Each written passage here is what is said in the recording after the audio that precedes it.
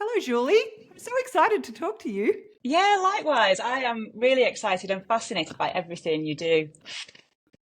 Well, I'm very excited.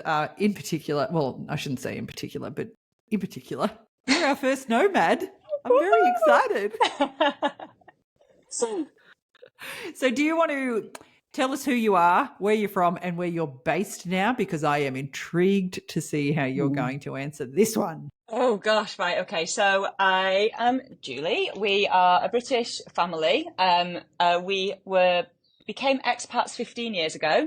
My husband and I moved to the Middle East. We moved to Abu Dhabi with his work, at which point I stepped out of corporate and became the trailing spouse. And I didn't know if that was a thing for quite a while, but it really summed things up.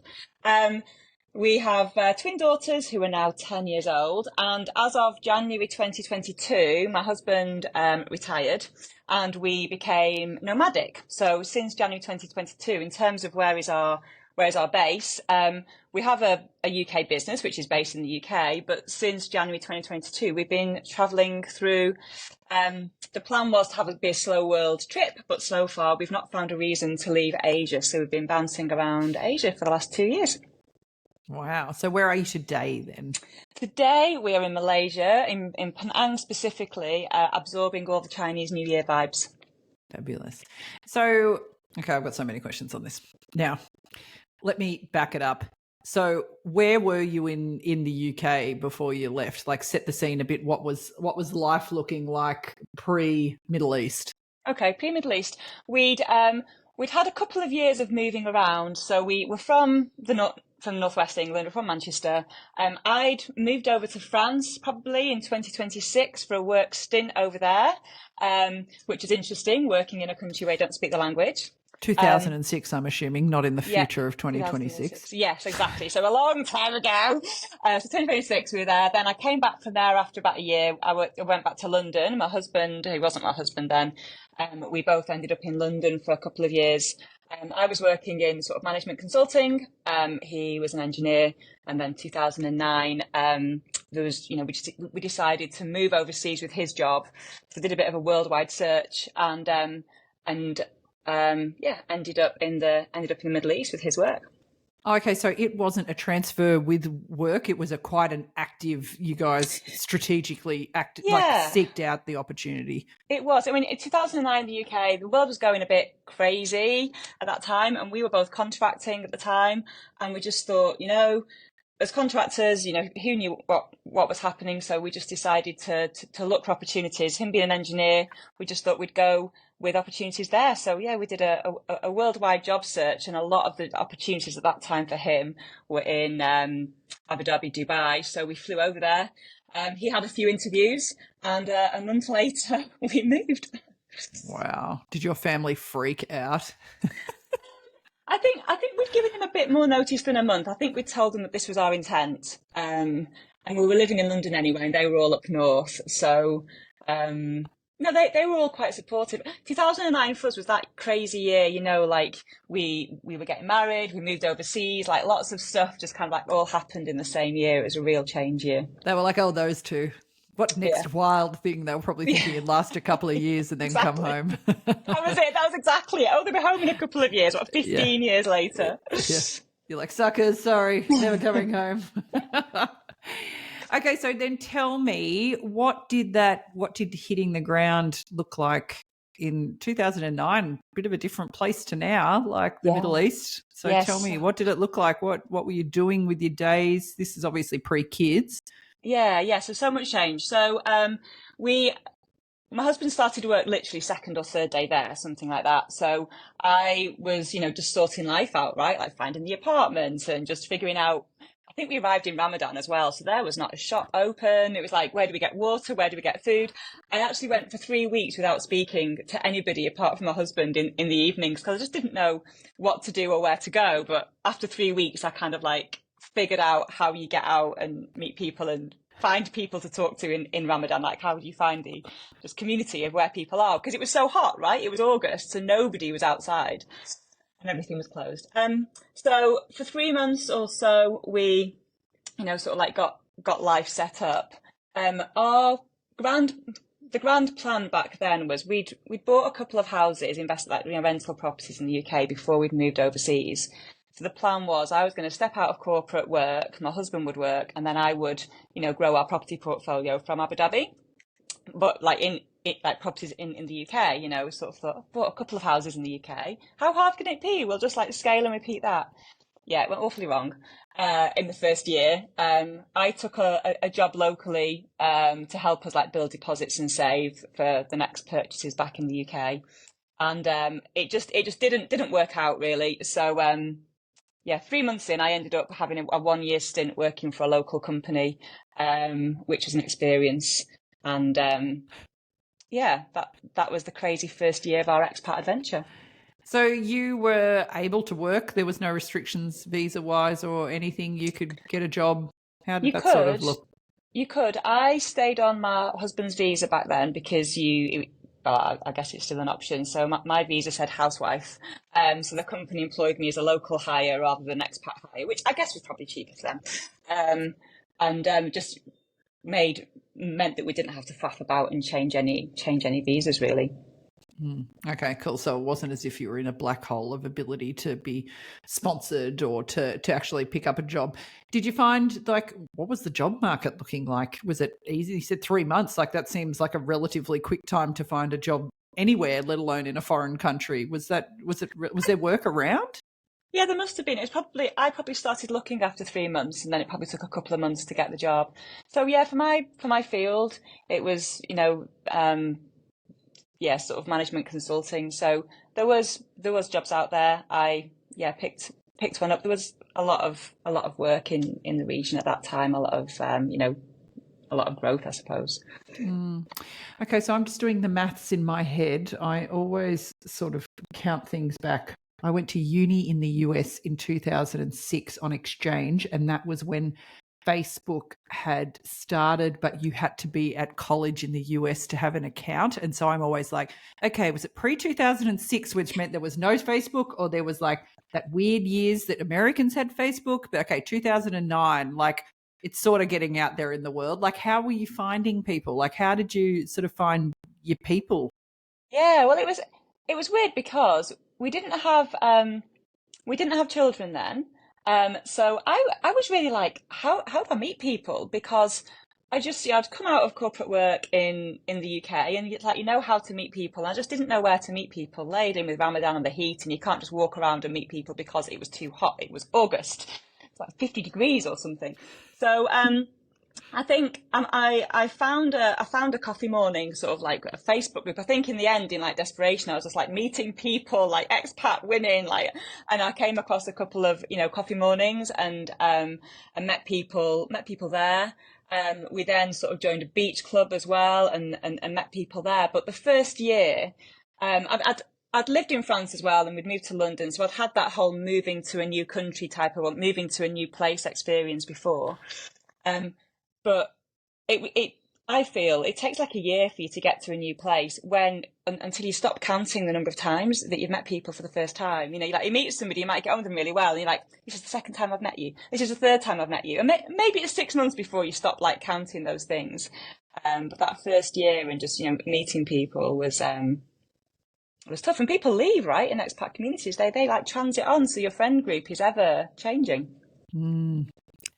Yeah, it's crazy. It's tough. Like, that is a tough thing in itself, that transient population. But I think that's such a funny thing that you say. And I've talked about this with other people that I've interviewed, is that you can also, it's almost like teenagers and teenage crushes, like stuff gets really real really quickly when you're in these situations with your friends. You're like, we've actually only met 3 times and we're already hugging and babysitting each other's kids. I've met friends in the Middle East, and I've met them because we've been behind each other in, say, a queue in a coffee shop, and you have a conversation, and within a few lines, you just kind of like know that you get on, and you're like, should we swap numbers? Should we meet up? And I'm like, you just wouldn't do that in your home country, but because you're so transient and because everyone knows what it's like, I find you pick people up quicker and you form relationships way quicker than you would if you were somewhere else. And it's similar when you're nomadic as well, actually. Yeah, that's interesting. I know I sometimes caught myself when we first sort of moved to Singapore that I'd be like, man, this is what like really good looking guys must be like just picking people up in the street. That I was just shameless and would ask people exactly like you said. I would ask for numbers and meet someone that morning and say, hey, you guys should come for a barbecue to our house, like our home this afternoon. Like, and I did that regularly. My husband was kind of like, okay, this is probably a little bit too much, but you know. Well, it works. It's kind of what you've got to do to like it. You're literally building a new life for yourself, aren't you? And we've got to do what we've got to do, haven't we? Okay, well, I kind of want to talk about that now, but I'm trying to go chronologically, but I want to ask about that then in a nomadic space. Then, oh my God, actually, no, I want to keep going because I've got so many questions around that, but which then might help answer those questions. So you said you only worked for the local crowd for like a year. So what sort of happened there? Were you like, okay, this is too hard basket, or? No, it was quite literally, my focus was on like growing our UK portfolio, like that was sort of, you know, what I really wanted to be doing. So I took the job and, you know, in the year saved a deposit or saved the money to do a purchase and refurb it. And basically just thought, gosh, I've traded a year of my life and yes, we've got one property from it, but this isn't really a very scalable model.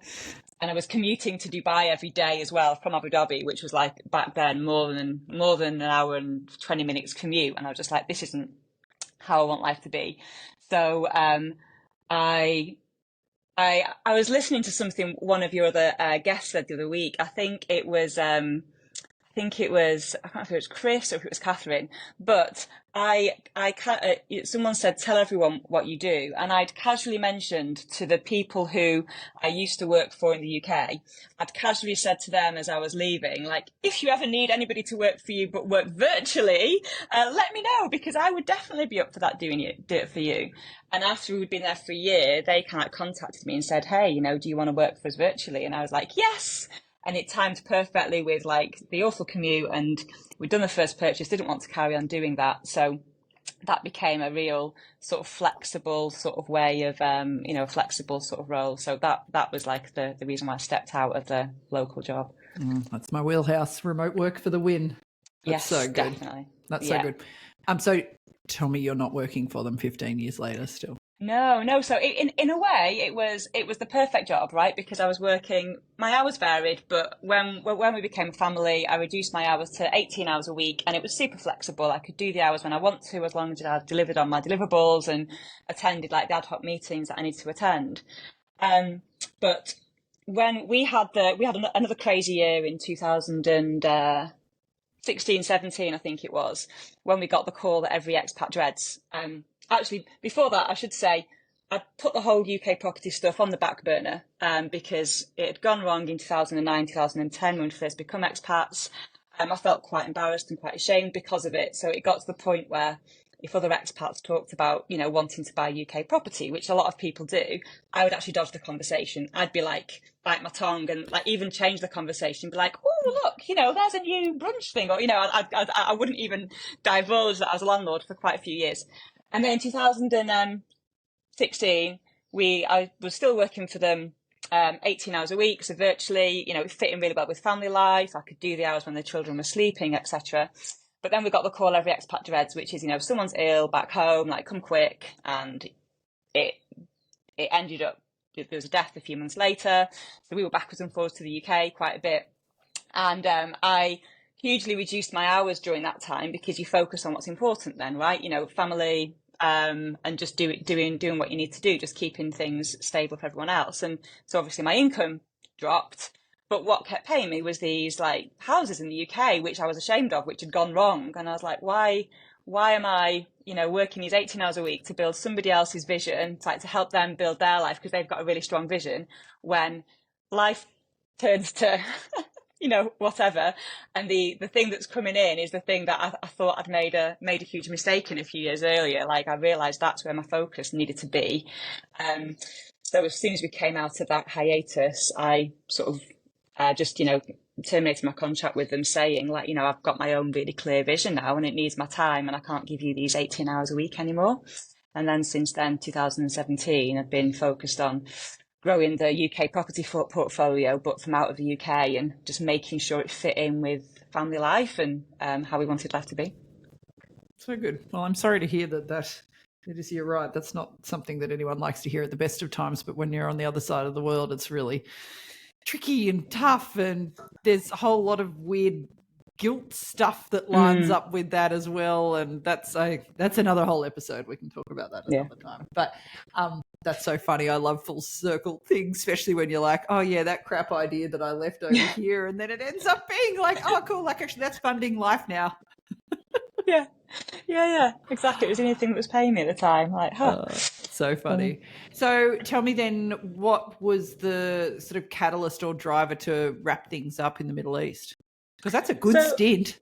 Like, you did a good stint. Well, we were sat on a beach in Sri Lanka. Probably the kids would have been about 18 months old, 2 years old. So when would this have been? 2015. And I kind of like, I'd seen this like family, just like we hadn't met them, but I just got the impression that they were traveling and they had the kids in local school and they were there for a few months. Hang on, what? You hadn't walked over and got their number yet? Like, you? We just. No, funnily enough, no, I hadn't. But I remember, like, clear as day, saying to, me and my husband saying, "God, I think they're travelling. There they are again." And the kids just came off that bus with other school children. So we deduced that they were some sort of travelling family. And I just said, "Oh, we could do that." I'd always I'd always fancied it. And my husband was like, "No, we couldn't. What about school? What about this? What about work? What about, And I was just like, we'd homeschool the children, we'd find a way of earning an income, virtually. And he sort of didn't think it would work. And then 2 years later, which was like when our hiatus was kind of like ended, my husband just said to me, "Do you know what? Yeah, I think we could make it work." So then we sort of made that our intention, which must have been, a couple of years later. And then it was just about waiting for the right time. We'd had this like really, difficult year emotionally. We just wanted a period of stability. So we sort of waited a while, and then COVID hit. So it was just, we felt really safe in the UAE and didn't want to leave. So then when it was the next appropriate time, it was January 2022. And that's when we sort of took flight and took the leap to leave then. Oh my gosh. So tell me, you got 13 years of crap in a house in the Middle East. No offense. That's a lot of stuff, I'm assuming, that you have acquired. What did you do with everything? It was, well, because we'd sort of known that this was going to be a thing, that we were going to travel at some point. There's no date on things. Yeah, kind of. I very much had been letting stuff go because I was very aware, we are going to leave and go traveling at some point. And B, I was like, I'd seen other people leave and how big it had been. And I just thought, I just want to keep it as minimal as possible. And we also had twins, and we just, there's so much stuff. So I would also try and move things on as soon as we could. We didn't have a spare room or whatever to put all the excess in. So I tried to see the house as a conveyor belt, like new things come in, old things go out. That's just the way we keep this little belt moving. So when the big move, came, it wasn't as bad as it could have been. And we'd also not bought certain things because we knew that we were going to be leaving for some point. So it had sort of like just guided some of our decisions over over a few year period. My God, I love that. Okay, good. I have so many questions about the next stuff then. Okay. So, one, where was first stop? First stop was Sri Lanka. We went to Sri Lanka. Yeah, nice. Do you feel like that was like a full circle back to first seeing that family there? Yeah, we'd been there a few times actually probably 3 times when the children were little. So it was really familiar to them, and we just thought it'd be, for all that reason, it'd be sort of familiar to them, and we loved it. And it was I suppose the perfect first stop actually. So how long were you there for? We stayed there for 2 months. Yes, we stayed there for 2 months. No, we didn't. What am I talking about? We stayed there for 4 months. Yeah, we stayed there for 4 months, sorry. We got our visa extended, so we had 2 visas. And, I mean, at the time, I thought we might stay forever. I thought we might never leave. But at that time, there was a lot of, it was when there was a lot of things going on in Sri Lanka. There was regular power cuts. There was, things changing in the political situation. Medicines weren't getting in and things like that. And it sort of hit home for us a bit one day when my husband got quite a serious infection in his leg, and we couldn't actually get any antibiotics. And they could only give him the wrong antibiotics because that was all they had, and there was just no medicines on the shelves. And we just thought, we this just feels quite uncomfortable. So we sort and of you can leave. left. You've got And the privilege exactly, to it was, leave. yeah, because on one hand I was enjoying being there and like, you know, just supporting and spending there and, you know, just like contributing to the local economy. But then, yeah, we sort of just felt it was a bit risky. So yeah, so we left. Okay, so talk me through, how old are the kids at this stage then, when you first They left? were 8 when we left Abu Dhabi. They turned 9 within a few months of us hitting the road. Okay, so ex-teacher here. What were you doing school-wise? Like, what that is for always for me. I'm always like, Yeah, I'd no, love it's to do this, but like, oh God, me and I'm a trained teacher. I'm like, the thought of teaching my own kids would be just hell on it.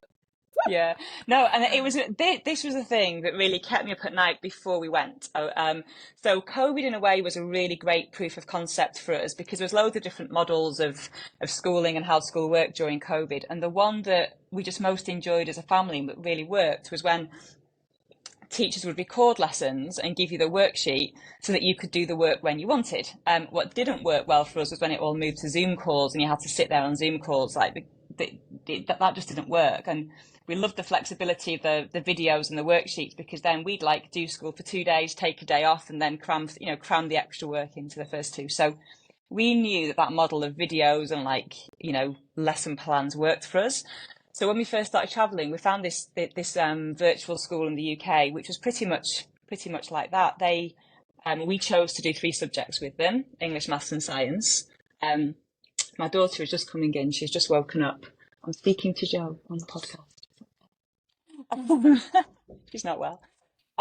So we found this virtual school in the UK, and we chose the 3 subjects: English, maths, and science. And we could then log in each day, or you could log in for 2 days, and you choose your objectives for the day and the worksheet and the video. So sometimes we do 2 days of English in one, sometimes we just do 1 per day. So that was how we went for the first 2 years. Granted, just on the 3 subjects, but we just felt that we were learning so much other stuff, just being where we were and doing what we were doing, and the kids have do different tasks just to help life move along as well. So that was working well, but as we got more through the second year of that, I think we must have been in South Korea on this little island called Jeju, which is like volcanic and beautiful, and it's got more than 30 volcanoes, although it's a similar size to Singapore. So it's just got this amazing landscape. And we were doing English, and we had to do English before we went out, and you look out the window and you can see these volcanoes, but we can't go out until we've done English and we're learning about Irish folklore.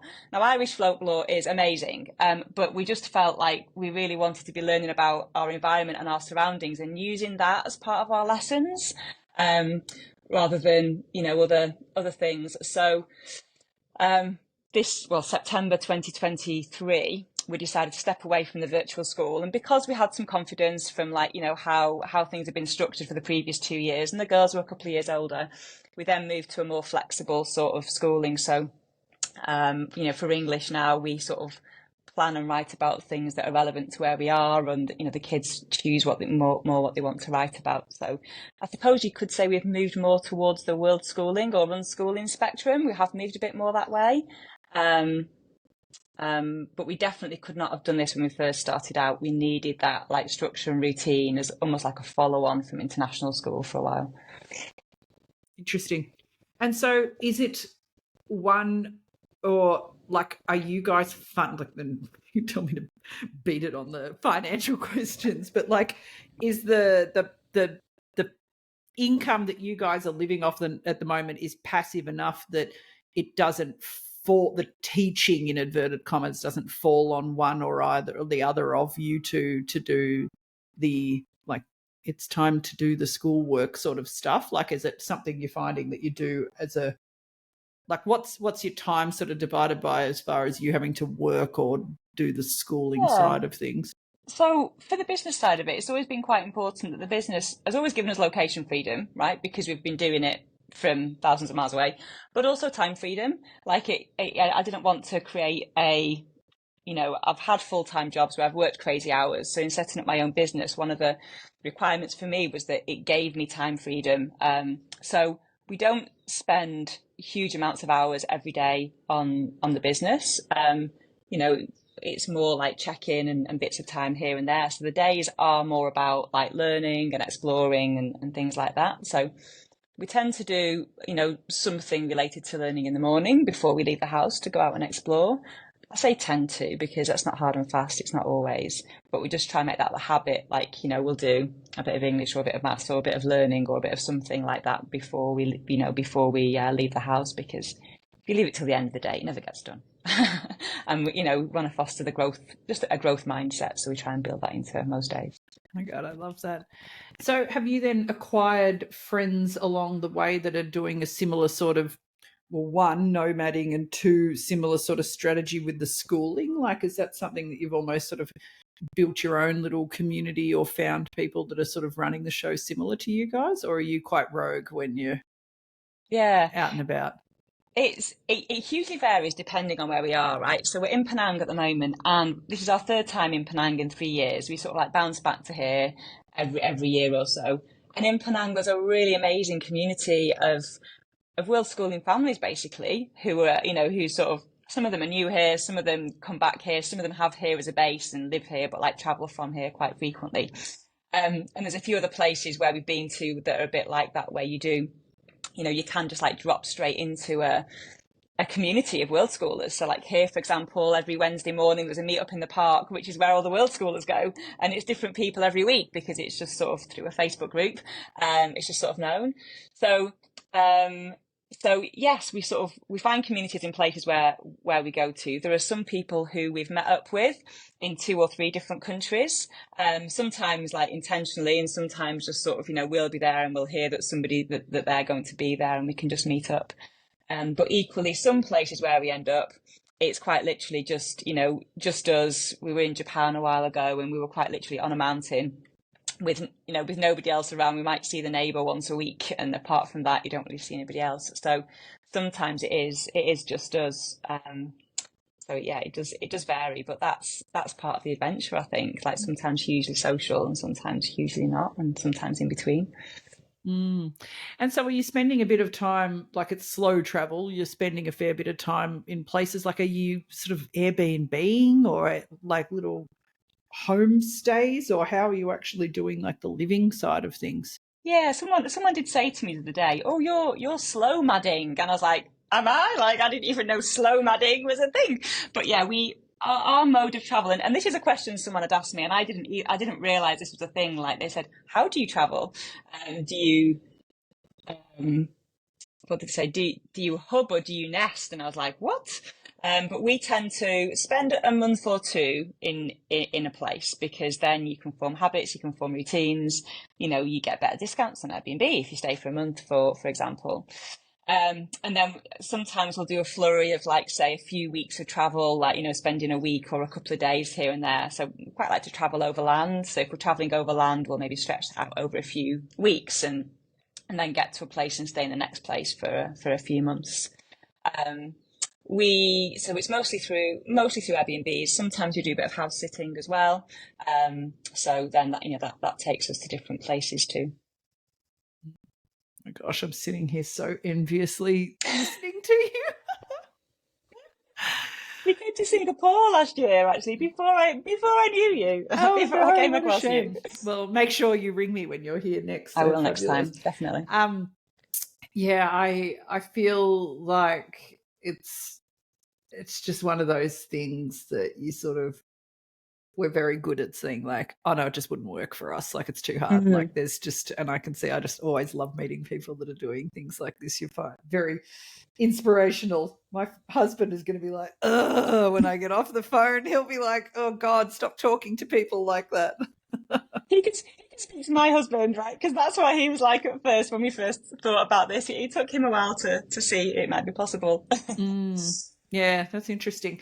So I guess that what you're doing is quite an interesting concept when you almost put it side by side with like a trailing spouse experience, moving somewhere for the first time, is that every couple of months you're moving somewhere for the first time rather than it being like over a period of time. So have you got like, you sort of mentioned that you get your routines and things like that, but have you got some like, this is what we do in that first week of landing, we do this, this and this, and then that means that the stay is like a win?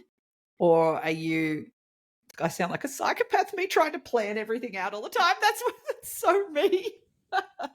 So I do think expat life perfectly set us up for this. And just picking up on the first part of your question, being a trailing spouse, and then the challenges that you have about, not every region is the same, but especially in the Middle East, you sort of didn't know how long the job was going to last, and all that. So this was all part of the reason why I wanted to do something that wouldn't tie us to the region if my husband's job ended. So I wanted something virtual, so that if we needed to up and leave, or because he had to move countries, whatever my work thing was, could just go with us. So because we'd always had that concept, it was then a small step to like, well, we've been running it in this way, like virtual from my phone from Abu Dhabi.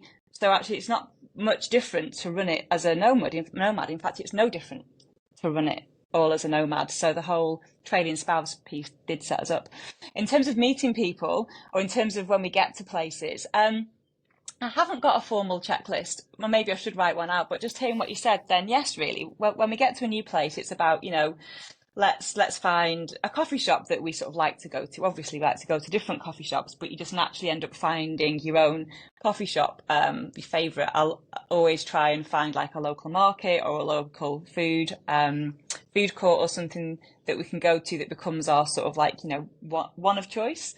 We always look for Facebook groups, or for other world school or homeschool communities in the place where we are. There's not always things like that, but we try and look for them, just to then drop into those, or see if there are any local workshops or kids classes or groups or things like that we can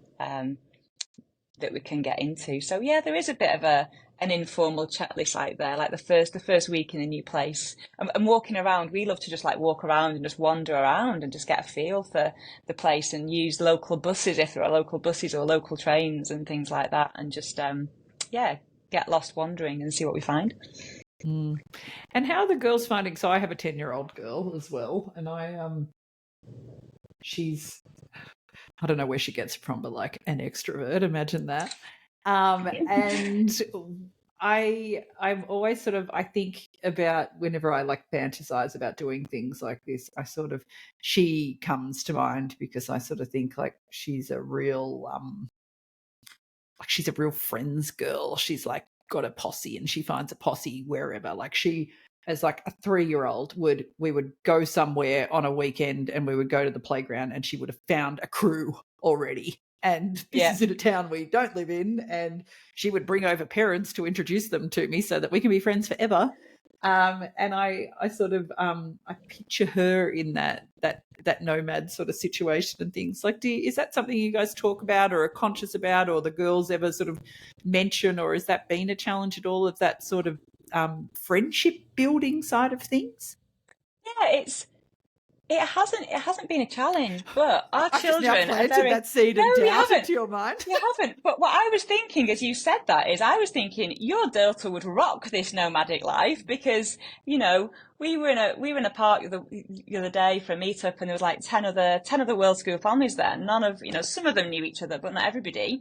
So the kids were like going around and speaking to different people who they'd not met before, and some of them who they'd heard the names of, because through some social media groups, or through some other sort of like, channels they'd heard of certain people. So they were like, oh, I've heard of you. You're the kid who's been in school, but who's now off, so you're here.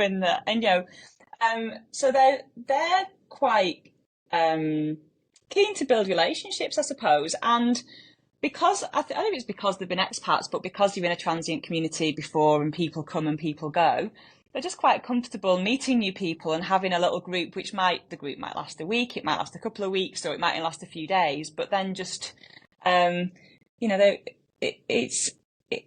it just tends to work, and you can meet people. We've met people wherever we've been, and sometimes what's great is that the age range is different as well. Sometimes it'll be more like, older children that they meet, sometimes younger. But because they're out of the school sort of tiered structure, we just find we're interacting with lots of different ages of people. A couple of weeks ago, there was a gang of like 30 families here on like an intentional meetup that we got involved in, and they organise meetups like all around the world, in different places each week. So if you wanted to, you could jump from one of those to the next each week and have a posse with you all the time. We like to do a mix of like joining posses and then creating our own in different places as well. Oh my God, stop it. I'm going to get into so much trouble. I hope my husband doesn't listen to this episode. He's going to be like, damn you, Julie. He will track you down. Oh, goodness me. I love that. Oh my gosh. So cool. So cool. So I normally ask people like, what is, which I still can, because you like still a hardcore expat. You did your time well and truly. What are some things that I'm going to ask this in two parts. So what are some things that you wish you had known prior to leaving London?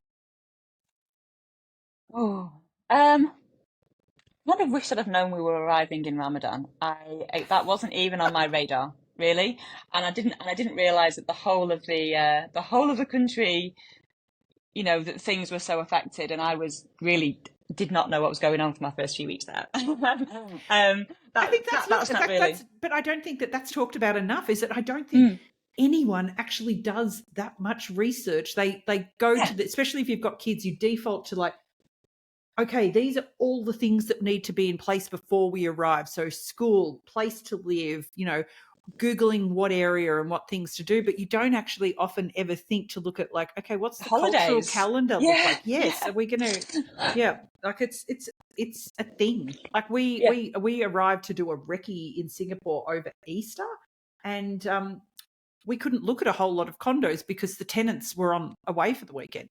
Yeah. And so we were sort of like, okay, well, this is what it looks like with the world's worst real estate photography. Anyone listening to here that wants to come and make millions of dollars, come and be a real estate photographer for the letting websites. Side note. Oh, yeah. No, I've seen a few of those too. Oh, but yes. But apart from Ramadan, was there anything that you sort of wish you'd known? I would have liked to have known how to meet people, but in a way, that first 3 weeks of like not speaking to anybody, and like made me more forward, I suppose, in being like, I have just got to go out there and grab people in the street, you know. So that, yes, it would have been good to have known beforehand how to meet people and hit the ground running a bit more, but actually just being through that whole experience made me meet people more easily. And if I saw somebody in a similar situation, then I'd be, could empathise with them because I'd been there. Do you think that because you guys actively seeked out this opportunity and this concept of going abroad, and it was quite explicitly sort of planned out, do you feel that you were more prepared headspace wise prior to leaving? And if you do feel that, or do you think like, oh, you can't actually prepare for that? No, I don't. Well, my husband might have been prepared. I think because we were packing up a London life, because we lived in London, we were packing up life. So I remember being sat on the plane thinking, what are we doing? Why are we walking away from an amazing life? Like, and all our friends, like, what on earth are we doing? Like, I nearly did run off the plane. I hadn't really thought, I'd been thinking and planning for like selling the car, getting the house cleared, you know, putting stuff in getting rid of things. And then on the plane, it like hit me like, what are we going to do when we get there? And we arrived in the middle of the night to like 50, huge humidity. And it was just like, what have we done?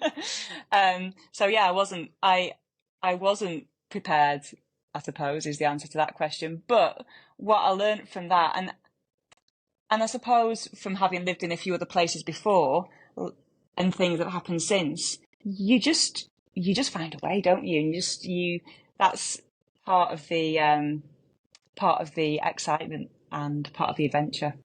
100%. Okay, then the second part of that is the same question again, but what's something that you wish you knew before you packed up and started? Hang on, I didn't ask you. Actually, answer that first, and then I want to ask about how much stuff you're carrying around with you. Okay, so before we packed up and became travelling, what do I wish we knew? Oh, No, you know. Um, That's an answer.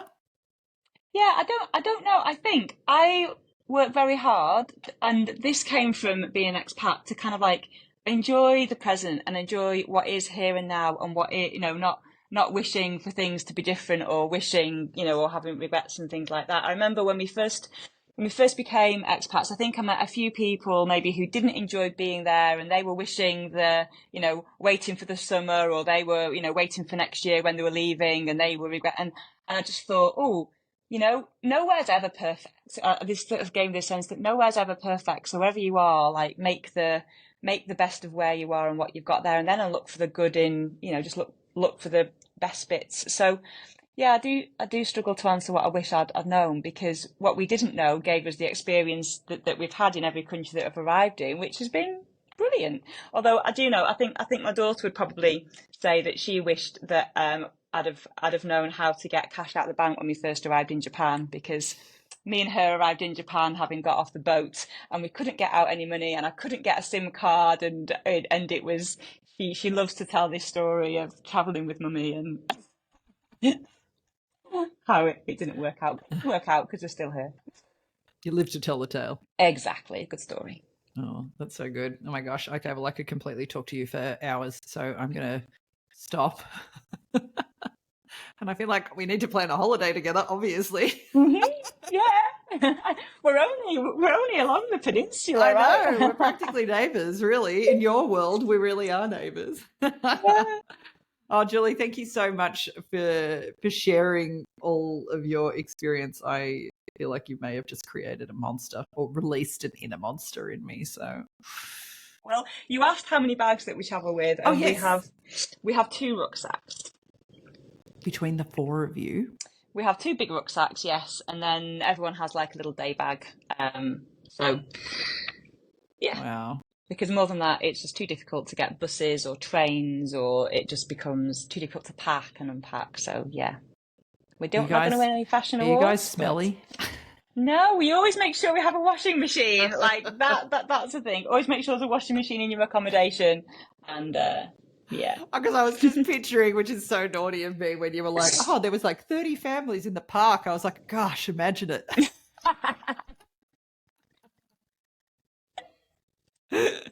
Yeah, no, always have a washing machine. Otherwise, low clothes does not work well without a washing No, machine. no, not at all. Not at all. Uh, Oh, so good. Well, thank you so much for your time. Much appreciated. Thank you for having me on. And yeah, if you want to do more with nomading, let me know. I would love to help you if you want to do it. So good. Thanks, Julie. Bye.